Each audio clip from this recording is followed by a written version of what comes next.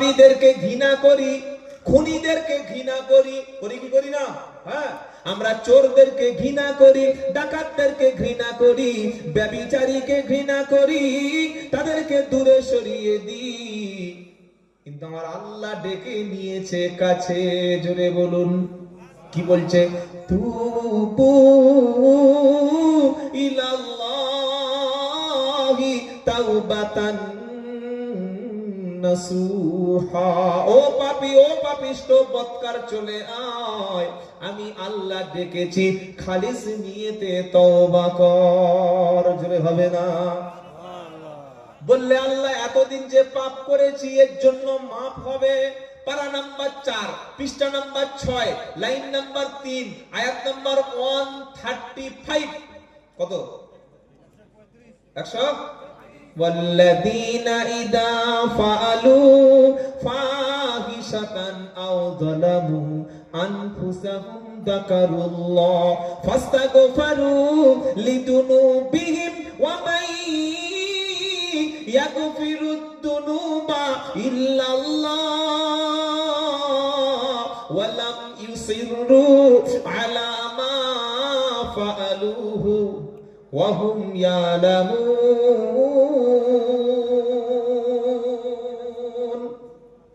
সুবহানাল্লাহ বলার দরকার নেই, বাপ মরে গেলে সুবহানাল্লাহ বলুন।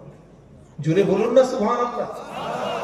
আরে আপনি কোরআন শুনতে পাচ্ছেন, কোরআন যে আমি তেলাওয়াত আল্লাহ আমাকে করাচ্ছেন, কত বড় সৌভাগ্য। কে তেলাওয়াত করাচ্ছেন? আরে কে কে? কত বড় বড় স্কুলের মাস্টার কোরআন পড়তে পারে না, জানেন না?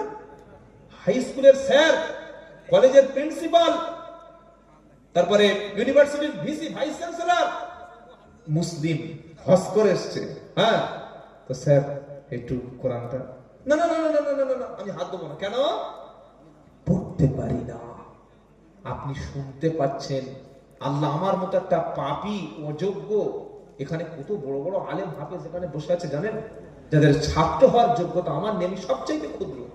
তারপরে আপনাদের সামনে তার আল্লাহর কালাম, আল্লাহর কথা আমাকে বলে নিচ্ছেন, এর চাইতে সৌভাগ্য কি হতে পারে? বলুন না সুবহানাল্লাহ। এই কোরআন পড়লে নাকি শুনলে আর মোহাব্বতের নজরে কোরআনের আয়াতের দিকে দেখলে আল্লাহর পক্ষ থেকে পুরস্কার আছে না নাই? দেখলে নেকি, পড়লে নেকি, কি শুনছেন? দেখলে নেকি, পড়লে নেকি, শুনলে নেকি হয়, আর কোরআন পড়ে করলে আমল জান্নাত পাওয়া যায়। একবার জোরে হবে না? উৎসাহ দিলে তবে তো একটু বলতে ভালো লাগে। আর কি বললেন? দেখলে নাকি, পড়লে নাকি, দেখলে নাকি, পড়লে নাকি, শুনলে নাকি হয়, আর কোরআন পড়ে করলে আমল জান্নাত পাওয়া যায়। টক টাইম শেষ, কটা বাজে? শেষ হয়ে গেছে। আর কি বলবো নাকি? 12:30 টক টাইম শেষ হয়ে যাবে আমার।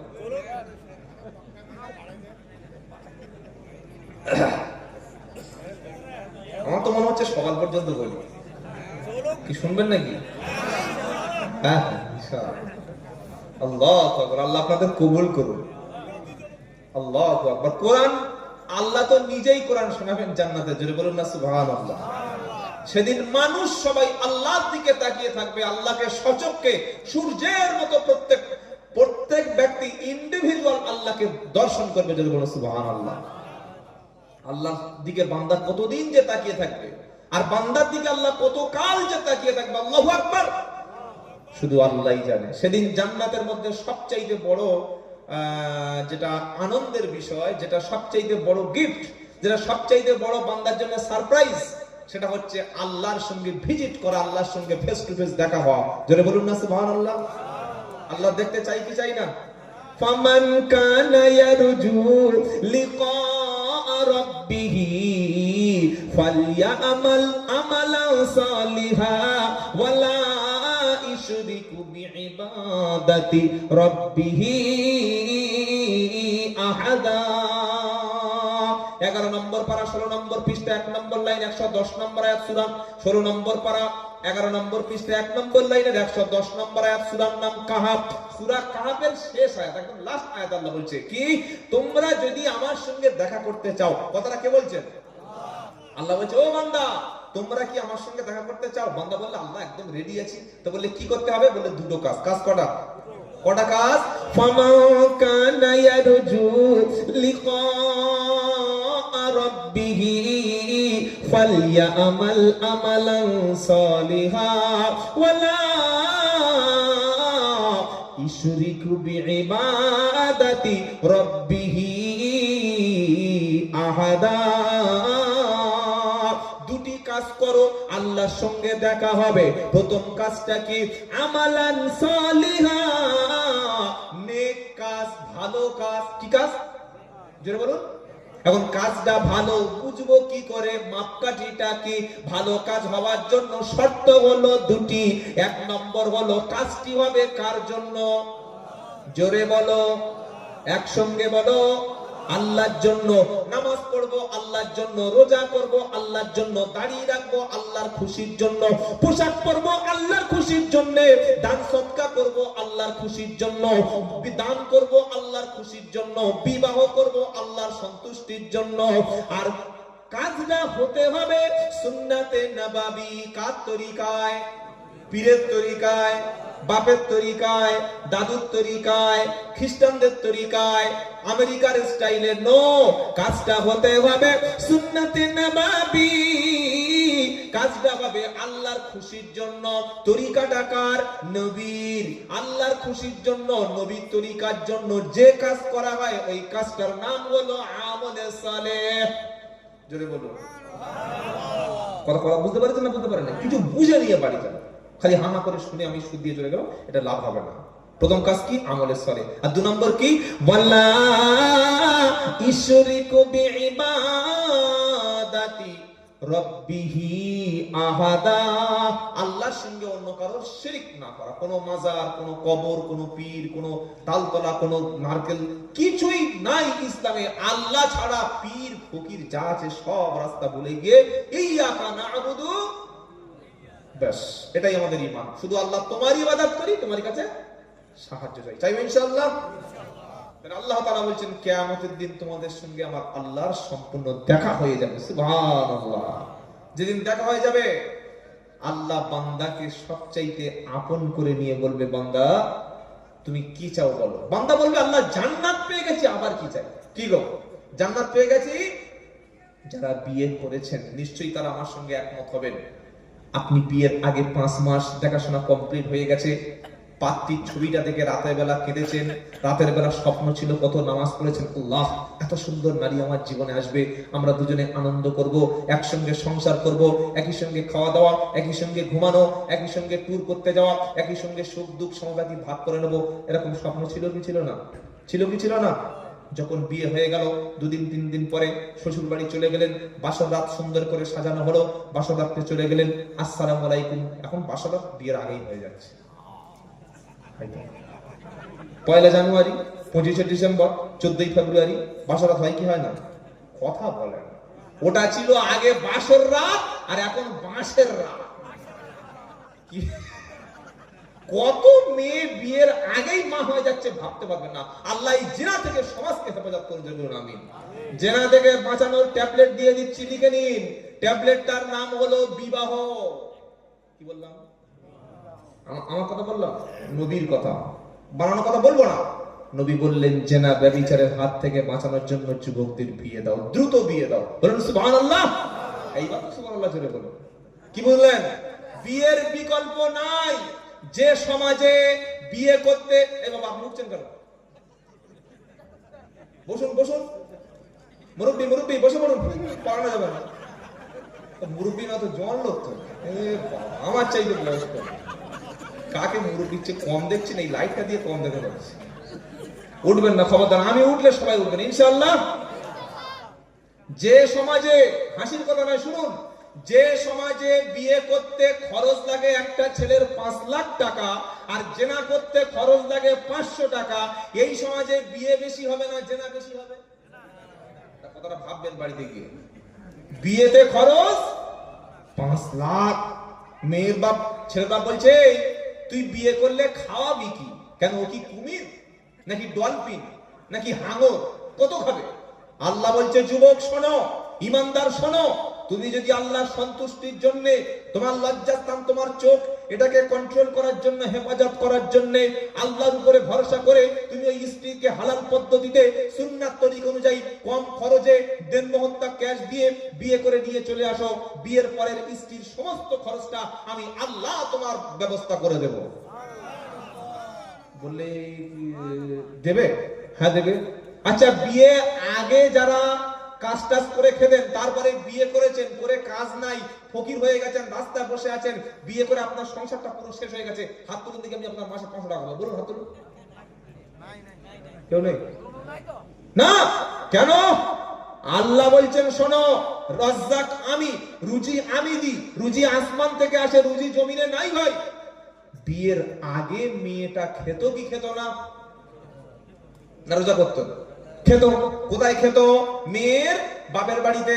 আল্লাহ দেওয়া রেশনটা বরাদ্দ হতো কোথায়? মেয়ের বাপের বাড়িতে।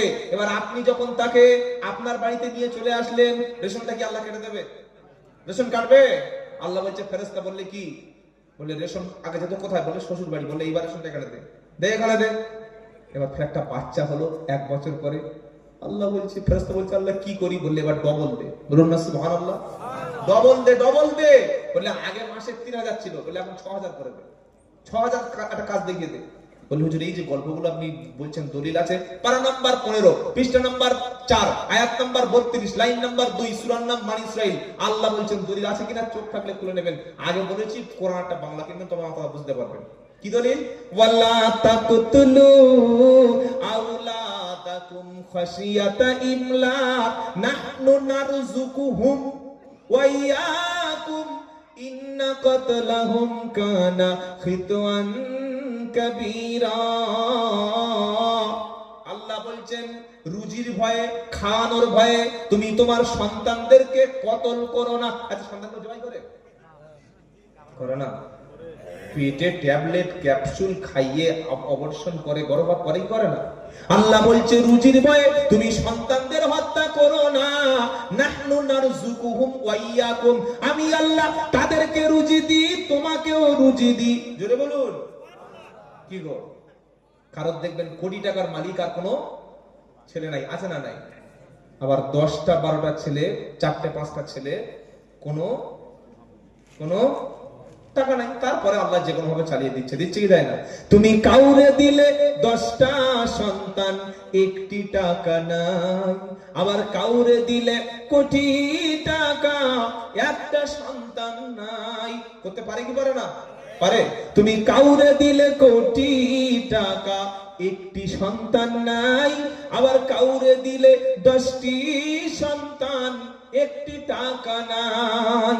তুমি কেমন খেলা খেলো মালিক, এ কি তোমার খেলা? সকাল বেলা ধনী রে তুই, ফকির সন্ধ্যা বেলা। সকাল বেলা ধনী রে তুই, ফকির সন্ধ্যা বেলা। সকাল বেলা ধনী রে তুই, ফকির সন্ধ্যা বেলা। তুমি কাউরে দিলে 10টি সন্তান, 1টি টাকা নাই।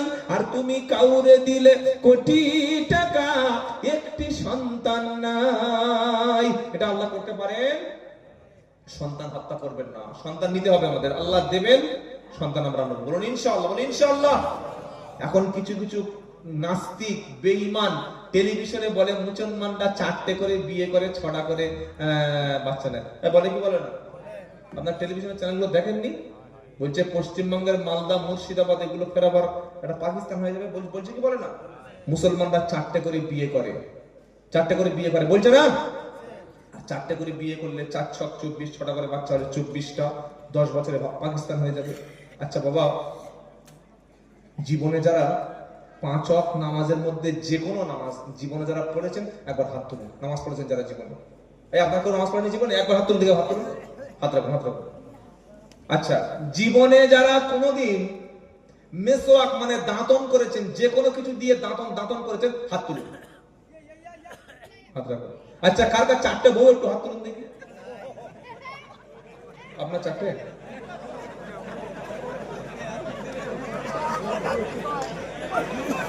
আরে আমি হাসাচ্ছি না, শোনো।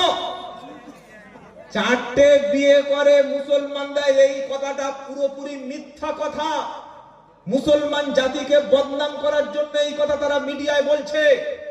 এতগুলো শত শত মানুষ, হাজার হাজার মানুষকে আমি প্রশ্ন করেছি আসামে গিয়ে, ত্রিপুরায় গিয়ে, যে চারটে বিয়ে একসঙ্গে কার আছে হাত তুলুন, আমি আজও পর্যন্ত পাইনি। সুতরাং অনেক নাস্তিক মুরতাদ তারা বলে কোরআন বলছে চারটে বিয়ে করো, আরে খাবা নামাজ পড়তে বলেছে মুসলমানরা, আল্লাহ বলেছে তাই নামাজ পড়ে। নবী মেসওয়াক করতে বলেছেন, প্রত্যেকেই মেসওয়াক করেন। আল্লাহ যদি চারটে বিয়ে করার নির্দেশ দিতেন, কেউ না কেউ করতো না? করতো না? কথা বলছেন না কেন? করতো। চারটে বিয়ের অনুমতি আছে, পারমিশন আছে ব্যতিক্রম ক্ষেত্রে, এটার নির্দেশ না। যেমন দাঁড়িয়ে নামাজ পড়ো, সল্লি কাইমা ফাইল্লাম তাস্তাদি, যদি দাঁড়িয়ে না পড়তে পারো কি নামাজ কাজা করো? নামাজ বসে পড়ো, বসে না পড়তে পারলে শুয়ে পড়ো। ওযু করো, গোসল করো, ওযু না করতে পারলে তায়াম্মুম, বিকল্প আছে না নাই? আছে। ঠিক তেমন কোরআনে চারটে বিয়ের নির্দেশ নাই, বরং অনুমতি আছে। পারা নাম্বার 4 পৃষ্ঠা নাম্বার 16 লাইন নাম্বার 12 আয়াত নাম্বার 4 সূরা নাম নিসা, আল্লাহ বলছেন ফানকিহু, সূরা নিসা দ্বিতীয় আয়াত, ফানকিহু তোমরা বিয়ে করো, মা তাবা লাকুম মিনান নিসা তোমাদের পছন্দ মতো মেয়েদের মধ্য থেকে, মাসনা 2, অসুলাসা 3, অরুবা 4, ফাইন খিফতুম যদি তোমরা ভয় করো, ফাইন খিফতুম আল্লাহ তাআদিলু ফাওয়াহিদা যে তোমরা সবার সাথে সমানভাবে ইনসাফ করতে পারবে না, ইল্লা ওয়াহিদা মাত্র ওয়াল্লি পরওয়ান একটাই করো। তাহলে চারটের অনুমোদন হলো না নির্দেশ হলো? বুঝতে পারছেন না? বাংলা বোঝেন নাকি? একটা নির্দেশ আর একটা অনুমোদন, দুটো কখনো একই না। সুতরাং এই মিথ্যা কথাগুলো বন্ধ করতে হবে। তারা মিডিয়ায় চিৎকার চেঁচামেচি করছে, কিন্তু আমাদের মুসলমানদের হাতে টিভি নাই, চ্যানেল নাই, পত্রিকা নাই, মিথ্যাতে আমাদেরকে ভরিয়ে দিচ্ছে। আর কি বলছে বলে মুসলমানরা সবাই 8টা-10টা করে বাচ্চা নেয়। আপনারা সকলে নিশ্চয়ই জানেন, এক সময় ছিল ট্র্যাডিশন, হোক হিন্দু হোক মুসলমান সবার বাচ্চা কাচ্চা বেশি হতো। হতো কি হতো না? বলে প্রমাণ দিন। রবীন্দ্রনাথ ঠাকুর চেনেন? এই বাবা চেনেন কি চেনেন না?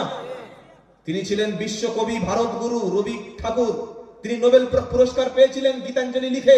এই রবীন্দ্রনাথ ঠাকুর বাবা মায়ের 14টা সন্তানের মধ্যে 15টার মধ্যে তিনি 14 নম্বর সন্তান। কত নম্বর? এগুলি আপনি দেখুন, পরীক্ষা করে আমার কথাটা ঠিক বলছি কিনা। আমাদের নরেন্দ্র মোদী প্রধানমন্ত্রী, prime minister honourable of India, তারা 6 ভাই বোন। তারপরে এই যে আমাদের অটল বিহারী বাজপেয়ী বাবু, প্রাক্তন এক্স প্রাইম মিনিস্টার, তিনি ডেড হয়ে গেছেন, মারা গেছেন, তারা ছিলেন 7 ভাই বোন। যোগীরা প্রায় 5 ভাই বোন। ওই আমরা তো কোনোদিন প্রশ্ন করিনি, করবো না, এটা সেই যুগের ট্র্যাডিশন ছিল বাচ্চা বেশি দেওয়া। কিন্তু এখন মুসলমানদের সেই অবস্থা নাই। আরে দুটোর বেশি আপনার নেওয়ার সুযোগই নাই। প্রথম গিয়েছে ডাক্তার বলছে কেন কাটবো? কোথা কাটবি? সিজা। কি করবে বলবে?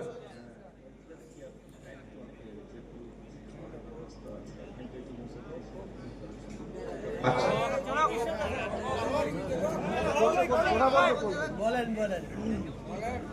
5 মিনিটে পয়সা ইনশাল্লাহ তুলে দেবো, অসুবিধা নেই। দেওয়ার জন্য লোক রেডি হয়ে বসে আছে। কি দেবেন তো আপনারা? হালকা করে দেবেন, ভালোবেসে সেই জায়গায় তো নিয়ে যেতে হবে। কি বুঝলেন? একটা মেয়েকে যদি ধরে বলেন আমি তোমার ছাড়া বাঁচবো না, জুতিয়ে খাল খিচে দেবে। কি বুঝতে পারছেন না? প্রথমে তাকে বলতে হবে কিয়া কাম হ্যা, তোমার চুলটা কি সুন্দর, আহ পুরুলা। কত কথা বলে 6 মাস 7 মাস ঘুরিয়ে তবে চলো দুজনে বিয়ে করি বলতে হবে কি হবে না? প্রথম দিনে ফোন করে আমি তোমাকে ভালোবাসি, বিয়ে করতে চাই বললে ঠিক আছে, জুতো নিয়ে চলে আয়, রেডি করে মুখ ছেড়ে দেবো। উনি বলেছে ওর সম্মান রেখে ইনশাল্লাহ করে দিচ্ছি, অসুবিধা নেই। আমি আর বেশিক্ষণ নয়, অল্প 2-4 মিনিট আছি। ওদের নামাজ কাজা করা যাবে না, ঠিক জাস্ট নামাজ করে দেবো। আমার টক টাইম হয়েছে 12:30, আর হয়তো 5 মিনিট হাঁটলি, এর বেশি না। আমি কি অত বোকা নাকি সারা রাত চিল্লাবো আপনাদের নিয়ে? কি বুঝলেন? তাহলে আমি আমাদের অভিযোগগুলো খণ্ডন করছি। তারা যে বলে মুসলমানরা 4টে বিবাহ, কথাটা সম্পূর্ণ মিথ্যা। 2 নম্বর মুসলমানদের বাচ্চা বেশি, এই কথাটাও মিথ্যা, একেবারেই ডাহা মিথ্যা কথা। মুসলমানরা ছিল ভারতবর্ষের জন্য এটা আশীর্বাদ, অভিশাপ না। কেন? উঁচু শ্রেণীর ব্রাহ্মণেরা নিচু শ্রেণীর শূদ্র বৈশ্যদেরকে কুয়োয় জল খেতে দিত না, রাস্তায় ব্রাহ্মণরা চলে গেলে সে রাস্তায় হাঁটতে দিত না, উঁচু জাতের সঙ্গে নিচু জাতের মেয়ের বিয়ে হতো না। আমার মেয়ে বা আমার ছেলে, যে কোনো একটা গরিব মানুষের মেয়ে বা যে কোনো একদম কালো ছেলে, তাকে বিয়ে করার অধিকার ইসলাম দিয়েছে না দেয় নাই? কিন্তু উঁচু নিচু জাত ইসলামের মধ্যে নাই। ওই ব্রাহ্মণদের অত্যাচারিত হয়ে নিচু শ্রেণীর হিন্দুরা বলল এখন আমরা বাঁচবো কি করে। সেই সময় মুসলমানরা দাওয়াতি কাজ করছিল এই বাংলায়। বললে তোদের মেয়ের ওদের সঙ্গে বিয়ে দিচ্ছে না ব্রাহ্মণরা? বললে না। বলে তোরা যেখানে জল খাস, ব্রাহ্মণরা যেখানে জাল খায় তোদের যেতে দিচ্ছে না? বলছে না। বলে তোরা ঘোড়া চড়তে পারিস? বলছে না। বললে এক কাজ কর, খালি লা ইলাহা ইল্লাল্লাহ মুহাম্মাদুর রাসূলুল্লাহ সাল্লাল্লাহু আলাইহি ওয়াসাল্লাম এটা বলে নিবি। বলে নেওয়ার পরে আমার মেয়ে তোর বিয়ে দেবো। বললে তোমার মেয়ে বিয়ে দেবে? হ্যাঁ, আমরা যে প্লেটে খাই খাঞ্জায় একসাথে খাবি, আমার সঙ্গে ঘুমাবি, একসঙ্গে গোসল করবি, আমার বাড়িতে গিয়ে বসবি, আমার এমনকি তুই মসজিদে পর্যন্ত ঢুকে নামাজ পড়বি, আর আল্লাহর পক্ষ থেকে যে কোরআন শরীফ ওটাও পড়তে পারবি। বলে তাই নাকি? বললে হ্যাঁ। বললে এই যে আমাদের একটু কাটাতে হয়। বলছে ও না কাটালেও কোনো পাপ নাই। কি না কাটাতে পাপ হবে? কাটানো সুন্নাত, মানে খতনা করা। এই রকম যখন দেখলো ইসলাম একটা সাম্যবাদ তৈরি করছে, ভেদাভেদ রাখে না, কালো কুচকুচে ব্যক্তির পাশে সাদা মানুষ দাঁড়িয়ে নামাজ পড়ছে, অফিসারের পাশে দাঁড়িয়ে একদম ড্রাইভার তার বড় মনিবের পাশে দাঁড়িয়ে নামাজ পড়ছে, আজান বলে মসজিদে সবাই ঢুকে যাচ্ছে, সারাদিন ভিক্ষা করছিল, আজানের হয়ে গেছে, নামাজের প্রথম কাতারে বসে নামাজ পড়ছে, আর একটা পয়সার লোক পিছনে দাঁড়িয়ে আছে, বলছে পিছিয়ে পিছিয়ে পিছিয়ে আমি সামনে যাব। এ বলার অধিকার আছে? অধিকার আছে? ড্রাইভার সামনের কাতারে নামাজ পড়ছে, আর মালিক, কোটি টাকার মালিক, তিনি মার্সিডিজ বেঞ্জ গাড়ি চড়ে, ফেরারি গাড়ি চড়ে, কিংবা আরো দামি দামি গাড়ি বিএমডব্লিউ গাড়ি চড়ে। সে কি বলতে পারবে ড্রাইভার এখানে পিছনে পিছনে আমি সামনে যাব? বলার অধিকার আছে? তখন নিচু শ্রেণীর অমুসলিমরা দেখলো মুসলমানদের মধ্যে জাতি ভেদ নাই, কাস্ট নাই, কোন প্রথা নাই, যে লা ইলাহা ইল্লাল্লাহ বলেছে তারা আমার ভাই, চলো সকলে একসঙ্গে নামাজ পড়তে যাই। এই মেসেজ পাওয়ার পরে আমার বাপ, আমার দাদু, আপনার বাবা, আপনার ঠাকুরদা লা ইলাহা ইল্লাল্লাহ পড়ে মুসলমান হয়ে গেছে। যদি বলুন সুবহানাল্লাহ। সুতরাং এই মিথ্যা কথা বলে মানুষকে বেশি দিন আর বদনামি করা যাবে না। যারাই সারা পৃথিবীতে মিথ্যা ছড়িয়েছে আজ তারা আগুনে পুড়ে মরছে। দেখেছেন না? দেখেন নাই? আমেরিকা জ্বলছে, ক্যালিফোর্নিয়া, লস অ্যাঞ্জেলস জ্বলছে কয়েকদিন ধরে। আমরা বলি না যে আল্লাহ জ্বালিয়ে দাও। তোমরা নিরীহ ফিলিস্তিনকে লক্ষ কোটি বিলিয়ন টাকা খরচ করে বোম্বিং করে শেষ করেছো, গাজা রাফাকে মাটির সঙ্গে মিশিয়ে দিয়েছো, ইরাককে ভিখারি বানিয়ে দিয়েছো, আফগানিস্তানকে কবরস্থান বানিয়ে দিয়েছো, সিরিয়াকে শেষ করে দিয়েছো, মিশরকে শেষ করে দিয়েছো, লেবাননকে শেষ করে দিয়েছো। আল্লাহ আছে না নাই? আছে না নাই? আল্লাহ বলছে আমেরিকা, আমি তোমাকে ধ্বংস করার জন্য বোম্বিং করব না, ধ্বংস করার জন্য মিসাইল ফেলবো না, খালি আগুন জ্বালিয়ে দেব। মিডিয়া, সিএনএন, বিবিসি, আমেরিকার বড় বড় নিউজ চ্যানেলগুলো তারা বলছে যে এই আগুনের মতো এমন আগুন আমরা কোনোদিন দেখিনি। জঙ্গল থেকে দাবানল গাছ জ্বলে, আপনারা খবরটা দেখেন না? আমেরিকা জ্বলছে, দেখেন নাই? জঙ্গল থেকে আগুন এসে সেই আগুন লোকালয়ে ছড়িয়ে পড়বে, কোটি কোটি বিলিয়ন টাকা দিয়ে তাদের ঘর বানানো, ডলার দিয়ে, সেই ঘরগুলো পুড়ে ছাই হয়ে যাচ্ছে। 2 লক্ষের মতো মানুষকে সরিয়ে নিয়ে চলে যাচ্ছে শুধু আগুন আর আগুন। হেলিকপ্টার থেকে পানি দিচ্ছে, প্লেন থেকে পানি দিয়ে ছড়িয়ে দিচ্ছে। আরে আল্লাহর কাছে হেলিকপ্টার কি? হ্যাঁ, আল্লাহ আগুন জ্বালাবে আর হেলিকপ্টার থুতু দিয়ে ছাদু ভেজে শাক দিয়ে মাছ ঢাকা যায়? আল্লাহ বলছে এখনো সময় আছে, এখনো সময় আছে। বান্দাকে ডেকে চলে আয়, চলে আয়, চলে আয়, চলে আয়, তওবা কর। তওবার শর্ত হলো 3টি। আয়াত সময় বেশি নাই তাই আয়াত আর বেশি বলতে পারলাম না। তওবার শর্ত কটা? 3টি। যদি কেউ চান, আমি আব্দুল্লাহ জুবায়ের বলছি না, এটা কোরআনের কথা, যদি কেউ চায় তার জীবনের পাপগুলো আজকের এই মাদ্রাসা মাঠে সব দাফন হয়ে সে বেগুনাহ মাসুম হয়ে বাড়ি চলে যাক, 3টি শর্ত আছে, পূরণ করলে আজ থেকে আপনি পাপ মুক্ত, গুনাহ মুক্ত একজন মাসুম বাচ্চার মতো আল্লাহর কাছে দামি। বলেন সুবহানাল্লাহ। কি কি শর্ত? 1 নম্বর হলো যে যে পাপগুলো আমরা করেছি, করে চলছি এবং করছি, এই পাপগুলো আজ থেকে চিরতরে স্টপ করে দিতে হবে, বন্ধ করতে হবে। করবো ইনশাআল্লাহ। কারণ কে কি পাপ করছে সেটা আমি জানি, জানি কি জানি না? কেউ জানো আর নাই বাজানো, আমি তো জানি কত পাপী, কেউ জানুক আর নাই বা জানুক, আমি তো জানি কত পাপী। পোশাকে আশাকে দেখো এ দেহটা ঢেকেছি, সমাজের আড়ালেতে কত পাপ না করেছি। দামি পোশাক পরে সমাজ সেবী হয়েছি, আমি তো জানি কত পাপী। পাপ যে করেছেন জানি কি জানি না, কি কি অপরাধ করেছে প্রত্যেকের মনে নাই? সবকিছু মনে আছে। আল্লাহ তাআলা বলছেন যদি তুমি আজ থেকে বাঁচতে চাও সমস্ত পাপকে আজকে রাস্তা ছেড়ে দাও। পাপের রাস্তা ছাড়বো ইনশাআল্লাহ। 2 নম্বর তওবার শর্ত হচ্ছে এই পাপটা ভবিষ্যতে আর পুনরায় করা যাবে না। যে যে অপরাধগুলো করছি সেই অপরাধগুলি আজ থেকে ছেড়ে দেবো, বলুন ইনশাআল্লাহ। ভবিষ্যতে কোনোদিন সেই পাপের কাছে আমি যাব না। যখন কোনো পাপের রাস্তায় দেখছি আমি পা বাড়িয়েছি, সঙ্গে সঙ্গে আস্তাগফিরুল্লাহ, আল্লাহকে ক্ষমা করে দিও। আর পাপ করার পরে বান্দা দ্রুত তওবা করে। কি করে? ইন্নামাত তাওবাতু আলাল্লাহি লিল্লাযীনা ইয়ামালুনা সুআ বিজাহালাতিন সুম্মা ইয়াতুবুনা মিন করিব ফাউলাইকা ইয়াতুবুল্লাহু আলাইহিম। সূরা নিসা 4th পারা একদম 16 নম্বর আয়াতে আল্লাহ পাক শোনাচ্ছে। 17 নম্বর আয়াতে বান্দা শুনে রাখো, যারা তওবা করে, কোন পাপ করার পরে দ্রুত ফিরে আসে, হয়তো একটা পাপ হয়ে গেছে, যখন বুঝতে পেরেছে ভুল দ্রুত ফিরে আসে, বুড়ো বয়সে তওবা করবো, সেই জুমার দিন নামাজ পড়বো, ও না, পাপ হয়েছে বুঝতে পারলো সঙ্গে সঙ্গে ফিরে আসলো। আল্লাহ বলছেন তার তওবা কবুল করা আমি আল্লাহর উপরে একটা শর্ত হয়ে গেল, বলুন সুবহানাল্লাহ। তাহলে তওবা কবুলের দ্বিতীয় শর্ত কি বলেছি? ভবিষ্যতে ওই পাপটা আর কোনোদিন, যেটা বলেন, করব না।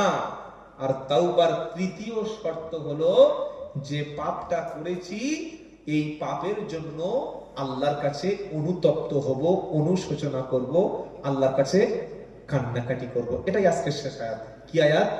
ওয়াল্লাযীনা ইযা ফাআলু ফাহিশা, আহা, ওয়াল্লাযীনা ইযা ফাআলু ফাহিশাতান আও যালামু আনফুসাহুম যাকারুল্লাহ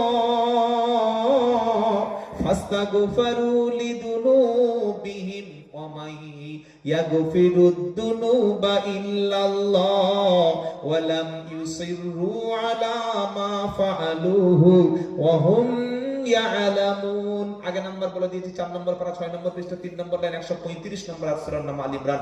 আল্লাহ বলছেন যারা কোনো অশ্লীল কাজ করে আর সঙ্গে সঙ্গে আল্লাহকে স্মরণ করে, অশ্লীল খারাপ কাজ করার পরে কি করে? আল্লাহ যাকারুল্লাহ, সঙ্গে সঙ্গে আল্লাহ স্মরণ করে। ফাস্তাগফিরু লিযুনুবিহিম, নিজের পাপের জন্য আল্লাহর কাছে তওবা করে। আল্লাহ বলছেন ওয়া ইয়াগফিরুদ যুনুবা ইল্লাল্লাহ, আমি আল্লাহ ছাড়া কে আছে তার পাপ মাফ করতে পারে? জোরে হবে না সুবহানাল্লাহ। তওবা গুনাহ মাফের শর্ত কটা? 3টি। আবার ভালো করে মুখস্থ করে দিচ্ছি যাতে সারা জীবন মনে রাখে, আর মায়েদের কাছে, আপনাদের বাড়ির পরিবারদের কাছে মেসেজটা যেন শেয়ার করতে পারেন। নাম্বার 1, যে যে পাপ করছি আজ থেকে ছেড়ে দেব ইনশাআল্লাহ। কে কি পাপ করেন নিজেরাই জানেন, আমি জানি। 2 নাম্বার হলো ওই পাপটা ভবিষ্যতে আর কোনোদিন করব না, বলি ইনশাআল্লাহ, ইনশাআল্লাহ বলি। 3 নম্বর হলো যে যে পাপ করেছিলাম রাতের বেলা অন্ধকার ঘরে গোপনে কিংবা নামাজের শেষে নামাজের পাটিতে বসে আল্লাহর কাছে বলবো, আল্লাহ শয়তানের ধোকায়, শয়তানের ওয়াসওয়াসায় পড়ে একবার মদ খেয়েছিলাম, জিনা করেছিলাম, হারাম কাজে লিপ্ত হয়ে গিয়েছিলাম, নামাজ ছেড়ে দিয়েছিলাম, আজ থেকে তওবা করছি, আমার মাফ করে দাও আর আমার গুনাহগুলি ক্ষমা করে দাও। আল্লাহ করবে না করবে না? করবে, করবে, করবে, সবার করবে তো? বলে হুজুর করবে, এটা দলিল দেন। এই দলিলটা নিয়ে বাড়ি চলে যাব। পারা নাম্বার 19 পৃষ্ঠা নাম্বার 5 লাইন নাম্বার 2 আয়াত নাম্বার 70 সূরার নাম ফুরকান। কোরআন খুলে দেখে নেন। ইল্লা মান তাবা ওয়া আমানা ওয়া আমিলা আমালান সালিহা ফাউলাইকা ইউবাদদিলুল্লাহু সাইয়্যাতিহিম হাসানাত ওয়া কানাল্লাহু গফুর গফুরুর রহিমা। শেষ আয়াত আজকের পরিবেশন করে দিলাম, শুনে নিন। আল্লাহ বলছেন যারা তাওবা করবে মানে ফিরে আসবে, মানে মাপ চাইবে, যারা আমার দিকে রুজু হবে, ব্যাক করবে, আল্লাহ তাআলা বলছেন আর ও আমানা ও আমিলা সালিহা, তওবা করে ঈমান আনবে আল্লাহর উপরে এবং আমলে সালেহ করবে। আমলে সালেহ বলেছি মনে আছে তো? আমলে সালেহ বলে মনে আছে? ভালো কাজ কি কি মনে থাকবে। এটা করবে যারা, ফাউলাইকা ইউবাদদিলুল্লাহু সাইয়্যাতিহিম হাসানাত। আল্লাহ বলছে যদি কেউ এরকম তওবা করে ফিরে আসে, যত রকমের খারাপ পাপ, অশ্লীল মদ, গাঁজা, চুরি, হত্যা যা কিছু করেছে, নামাজ কাজা করেছে, ওই গুনাহগুলি সব মাফ হয়ে যাবে। জোরে বলুন। না না, শুধু মাফ হবে না, আসল কথা শোনা হয়নি, সুবহানাল্লাহ বললে হবে? মাফ তো করবই করব। ইউবাদদিলুল্লাহু সাইয়্যাতিহিম হাসানাত, আর তাদের মন্দ কাজগুলো পরিবর্তন করে নেকি হিসাবে পরিণত করে দেব। আল্লাহ আমাদের তওবা কবুল করুন।